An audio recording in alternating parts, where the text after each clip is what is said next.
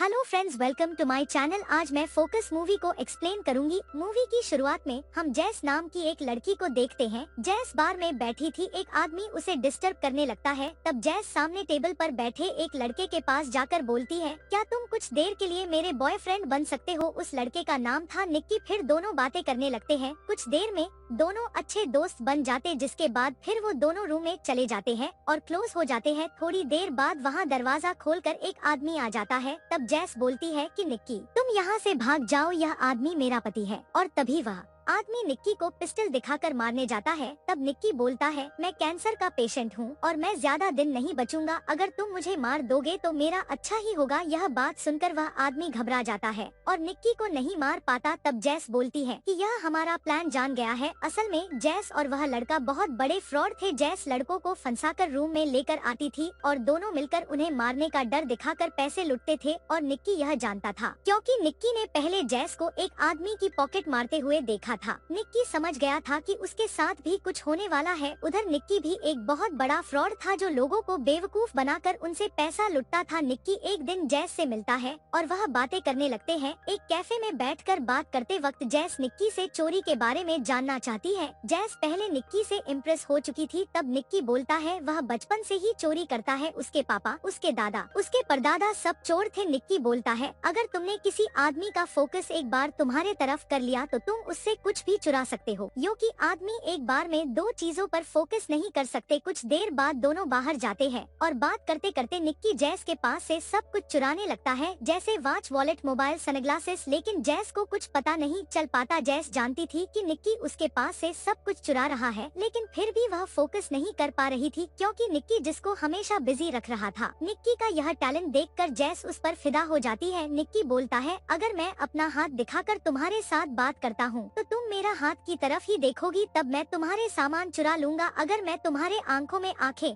डालकर करो तो तुम भी मेरे आंखों की तरफ ही देखोगी, तब भी मैं तुम्हारा सामान चुरा लूंगा। निक्की बोलता है, हमारी एक बहुत बड़ी टीम है, हम ऐसे ही चोरी करते हैं और पैसा आपस में बांट लेते हैं। यह बोलकर निक्की वहाँ से चला जाता है। दूसरा दिन निक्की एक रेस्टोरेंट में बैठा था। जैस वहाँ निक्की से मिलने आती है। निक्की बोलता है, तुम्हें कैसे मालूम चला कि मैं इधर हूँ? तब जैस बताती है, कल बात करते करते मैं तुम्हारे जेब से एक रेस्टोरेंट का बुकिंग कार्ड चुराया था। तभी निक्की का टीम का एक मेंबर वहाँ आता है और जैस को वेलकम करता है और बोलता है कि निक्की ने हमें पहले ही बोला था कि तुम आज यहाँ आओगे। जैस समझ जाती है कि कल निक्की ने जानबूझकर उसे बुकिंग कार्ड चुराने दिया था। तब जैस बोलती है कि मैं भी तुम्हारी टीम के साथ काम करना चाहती हूँ। यह बात सुनकर निक्की जैस को अपने टीम में ले लेता है। अब जैस चोरी करने में कितना माहिर है वह देखने के लिए निक्की उसे भीड़ में लेकर जाते हैं। वहाँ जैस अपना कमाल दिखाने लगती है। जैस भीड़ के अंदर से लोगों से बहुत सामान चुरा लेती है, लेकिन उन लोगों को कुछ पता नहीं चलता है। पहले वह लोग एक कैमरे का लेंस चुराते हैं और जैस एक आदमी को धक्का मारकर उसका वॉलेट ले लेती है और टीम के दूसरा आदमी को दे देती है। इसके बाद जैस चॉपस्टिक से एक औरत के वैनिटी बैग से उसका वॉलेट ले लेती है। निक्की और उसका टीम का मेंबर यह देखिए इम्प्रेस हो जाता है और फाइनली जैस को अपने टीम में ले लेता है। इसके बाद निक्की, जैस और उसके टीम मेंबर एक एयरपोर्ट में जाता है। वहाँ जैस निक्की के साथ बात करते करते उसके ऊपर चिल्लाने लगती है। इसकी वजह से सभी उनको देखने लगता है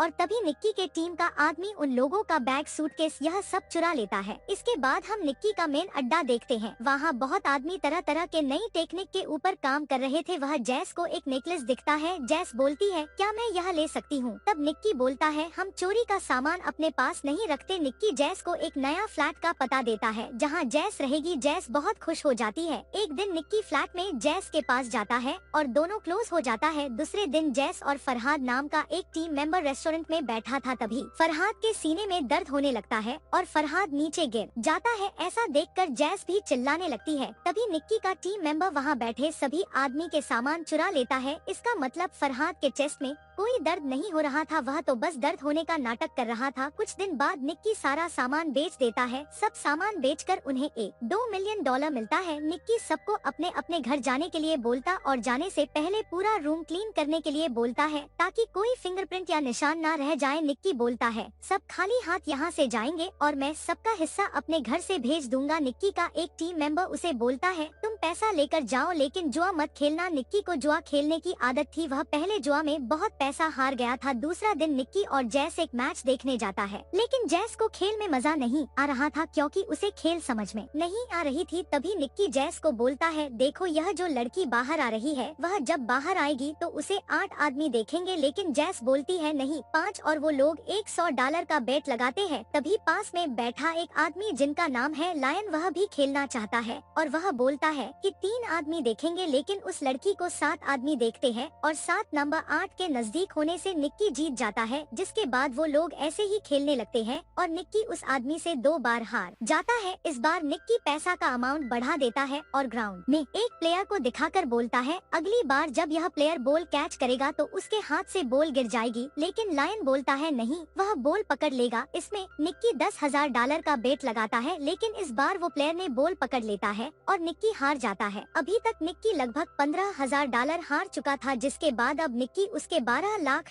टेबल पर रख देता है और कार्ड गेम खेलने लगता है। लेकिन इस बार निक्की सब पैसा हार जाता है, जिसमें उसके सभी टीम मेंबर का पैसा भी शामिल था। इसके बाद निक्की वहां से वापस जाने लगता है। तब लायन पीछे से बोलता है, अगर तुम बड़े प्लेयर के साथ खेलोगे तो ऐसा ही होगा। निक्की ये सुनकर अब रुक जाता है और बोलता है कि अब मैं डबल पैसा लगाऊंगा, मतलब $24 लाख और गेम होगा कि तुम ग्राउंड में किसी भी प्लेयर का जर्सी नंबर चूज करोगे और मैं उस जर्सी का नंबर बताऊंगा। लेकिन लियोन राजी नहीं होता है। तब निक्की बोलता है, चलो मैं नहीं, जैस उस नंबर को बताएगी। निक्की का पागलपन देखकर लियोन राजी हो जाता है। लियोन बहुत अमीर आदमी था और उसने ऐसा कोई जुआ नहीं बचा था जो नहीं खेला था, और ये देख के जैस के आंखों में आंसू आ गया था। जैस बार बार निक्की को रोकने की कोशिश कर रही थी, लेकिन निक्की बोलता है, तुम मुझ पर विश्वास करो और कोई भी नंबर चूज करो। इधर लियोन दूरबीन से देख के एक नंबर चूज कर लेता है। अब जैस दूरबीन से देखने लगती है, लेकिन जैस बहुत घबराई हुई थी। निक्की की घबराहट देखकर लियोन बोलता है, अभी भी मौका है, खेल छोड़ सकते हो। लेकिन निक्की नहीं मानता है। तभी जैस देखती है कि ग्राउंड में फरहाद खेल रहा है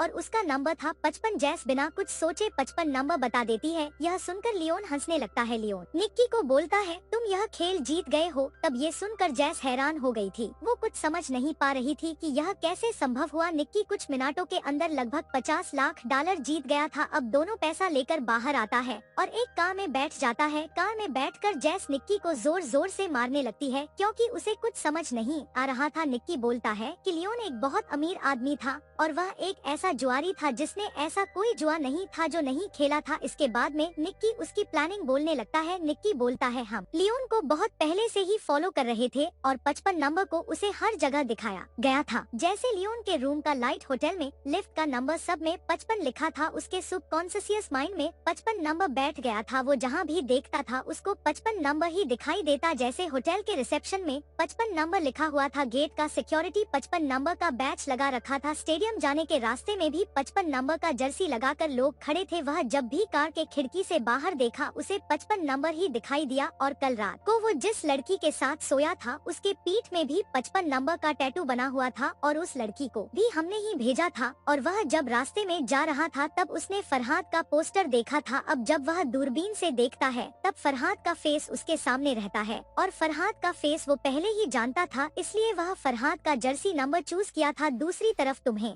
इस बारे में कुछ नहीं मालूम था, इसलिए तुम्हारी एक्टिंग एकदम नेचुरल थी और तुमको घबराता देखकर लियोन और भी कॉन्फिडेंट हो गया था। इसके बाद निक्की उसे उसके हिस्से का पैसा दे देता है और बोलता है कि हमारा काम खत्म हुआ। निक्की गुड बाय बोलकर वहाँ से चला जाता है। निक्की के जाने के बाद जैस बहुत रोने लगती है क्योंकि वह निक्की से बहुत प्यार करती थी। इसके बाद 3 साल गुजर जाता है। 3 साल बाद हमने निक्की को एक कार रेस के मैदान में देखते हैं। वहाँ निक्की गैरिगा नाम के एक आदमी से बात कर रहा था। गैरिगा एक कार कंपनी का मालिक था। गैरिगा निक्की को बोलता है कि उसने एक बहुत अच्छा कार इंजन बनाया है, लेकिन दूसरा कंपनी ने उससे भी एक अच्छा इंजन बना लिया है। गैरिगा बोलता है कि तुम उस कंपनी में जाकर मेरे कार इंजन का कुछ गलत इन्फॉर्मेशन दे दो जो वह लोग उनके इंजन में लगा दे। निक्की एक फ्रॉड था, वह राजी हो जाता है, लेकिन गैरिगा के बॉडीगार्ड को निक्की के ऊपर भरोसा नहीं था। दूसरा दिन निक्की एक पार्टी में जाता है जहाँ जाकर निक्की खुद को एक इंजीनियर बताने लगता है और बोलता है कि वह गैरिगा की कंपनी में काम करता था। उसने कार का इंजन बनाया था, लेकिन गैरिगा ने अब उसे उस कंपनी से निकाल दिया है। इतने में निक्की वहाँ जैस को देखता है। जैस अभी गैरिगा के साथ क्लोज है। जैस बाहर आकर निक्की को बोलती है, गैरिगा मेरे अतीत के बारे में कुछ नहीं जानता है और तुम उसे कुछ नहीं बताओगे। थोड़ी देर बाद निक्की वहाँ शराब पीकर चिल्लाने लगता है और गैरिगा को पीट देता है। गैरिगा का बॉडीगार्ड उसे पकड़कर बाहर फेंक देता है। यह निक्की का प्लान कामयाब हो जाता है। दूसरे कंपनी का मालिक समझ जाता है कि नहीं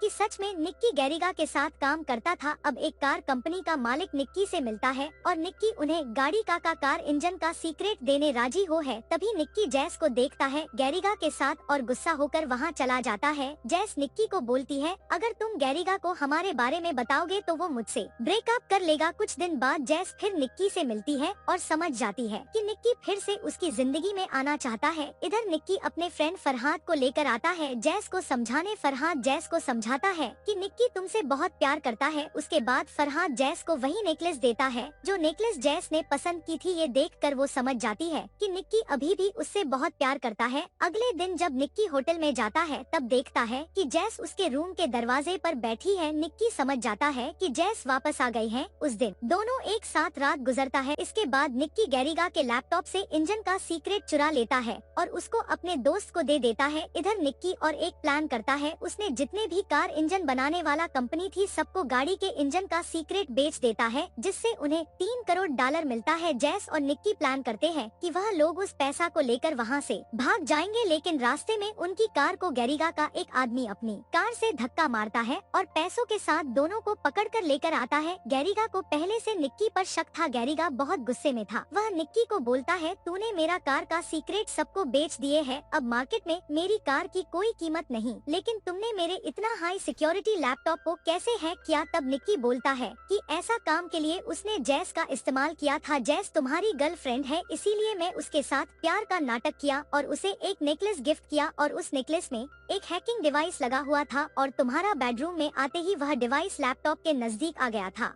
तभी मैंने लैपटॉप को हैक किया। यह सुनकर जैस रोने लगती है क्योंकि वह सच में निक्की से प्यार करती थी। तब जैस बोलती है कि वह भी यहाँ चोरी करने आई थी। गैरिगा के हाथ में जो वॉच है वह बहुत कीमती है और वह उसे चुराना चाहती थी, लेकिन वह निक्की को देखकर उसे जलाने के लिए गैरिगा के क्लोज हुई थी। यह बात सुनकर गैरिगा हंसने लगता है। वह बोलता है, जैस मेरा कोई गर्लफ्रेंड नहीं और वह कभी मेरे बेडरूम में नहीं आई। यह बोलकर वह निक्की को पीटने लगता है। इतने में गैरिगा का बॉडीगार्ड निक्की को गोली मारता है और निक्की के शरीर से खून निकलने लगता है। इसके बाद वह जैस को भी गोली मारने जाता है और तभी गैरिगा उसका हाथ पकड़ लेता है और बोलता है, तुमने यह क्या कर दिया? मैं कोई पुलिस केस नहीं चाहता हूँ, अब तुम ही इसे संभालो। यह बोलकर वहाँ से चला जाता है। जैस निक्की के लिए रोने लगती है। इसके बाद बॉडीगार्ड बोलता है कि मैंने इसके हार्ट पर गोली नहीं मारा, इसके हार्ट के ऊपर गोली मारी है जिससे वह नहीं मरेगा। और फिर वो बॉडीगार्ड एक बॉक्स से एक इंजेक्शन निकालकर निक्की के चेस्ट पर पुश करता है। तब हमें पता चलता है कि वो बॉडीगार्ड असल में निक्की का पापा है, जो 3 साल से इस प्लानिंग के लिए गैरिगा का बॉडीगार्ड बनने का नाटक किया है और लैपटॉप है करने के लिए उन्होंने डिवाइस को लैपटॉप के बगल में रखा था। अब तीनों कार में बैठकर हॉस्पिटल की ओर चले जाते हैं। रास्ते में